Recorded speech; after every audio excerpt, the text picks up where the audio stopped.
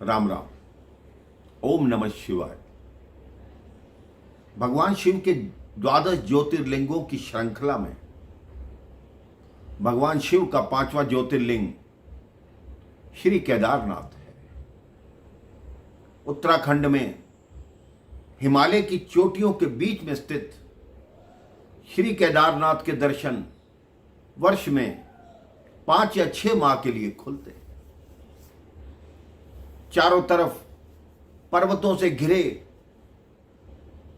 इस स्थान पर जाना बड़ा ही दुष्कर कार्य है और आप सबको ज्ञात होगा कि 16 जून 2013 को यहां जो त्रासदी हुई उसने जनजीवन को कैसे त्रस्त कर दिया था।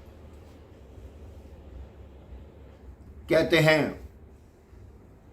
केदारनाथ ज्योतिर्लिंग केदार पर्वत पर स्थित है। इसके तीनों तरफ बहुत बड़े बड़े पर्वत हैं और ये ज्योतिर्लिंग उन पर मुकुट समान दिखाई देता है। इसके विषय में शास्त्रों में 2 कथाएं आती हैं। सबसे पहली कि भगवान नर और नारायण जो यहां पर तपस्या कर रहे थे, उन्होंने अपनी भक्ति से भगवान शिव को प्रसन्न किया तो भगवान शिव ने वर मांगने को कहा तो उन दोनों ने कहा आप यहीं पर स्थित हो जाएं। तो वो भगवान केदार पर्वत पर केदारेश्वर के रूप में स्थित हो गए। दूसरी कथा पांडवों से जुड़ी है। जब महाभारत का युद्ध हुआ तो भगवान शिव पांडवों से बहुत रुष्ट हो गए। उन्होंने कहा तुमने राज्य के लोभ में अपने ही भाइयों को मार डाला, मैं तुमसे बहुत रुष्ट हूं।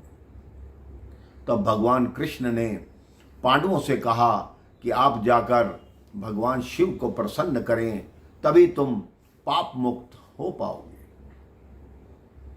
पांडव भगवान शिव को ढूंढने लगे। पहले काशी गए, वहां ना पाकर वो हिमालय में आए, केदारनाथ पहुंचे। भगवान शिव ने जान लिया कि पांडव यहां आ पहुंचे हैं। वो उनसे मिलना नहीं चाहते थे। उन्होंने एक भैंसे का रूप बना लिया, एक बैल का रूप बना लिया और बाकी पशुओं के बीच जाकर खड़े हो गए। अब पांडवों को कोई युक्ति नहीं सूझ रही थी कि भगवान शिव को कैसे ढूंढें। तभी महाबली भीम ने विकराल रूप धारण किया। एक पांव एक पर्वत पर रखा, दूसरा पांव दूसरे पर्वत पर रखा। उनका ये रूप देखकर सारे जानवर भागने लगे, लेकिन बैल रूपी प्रभु शिव वहां से नहीं भागे। तब भीम को ज्ञात हो गया कि यही भगवान शिव हैं। भीम ने उनको पकड़ने का प्रयास किया, लेकिन वो धरती के बीच में धंसने लगे। लेकिन उनका जो कुबड़ था पीठ का, वो बाहर रह गया। भीम ने वो पकड़ लिया। जितना स्थान धरती से बाहर था वही श्री केदारनाथ ज्योतिर्लिंग है। कहते हैं भगवान शिव पांडवों की भक्ति से प्रसन्न हुए, उन्हें पाप मुक्त किया। वहीं पर श्री केदारनाथ ज्योतिर्लिंग की पहली स्थापना पांडवों द्वारा की गई। समय समय पर केदारनाथ ज्योतिर्लिंग की जीर्णोद्धार कई राजाओं ने कराया। 8वीं शताब्दी में जगत गुरु शंकराचार्य जी ने भी इसका जीर्णोद्धार कराया और निरंतर सरकार के प्रयासों द्वारा यहाँ आने जाने का मार्ग भी सुगम होता जा रहा है, जिससे दर्शनार्थी इनके दर्शन का लाभ उठा सकते हैं।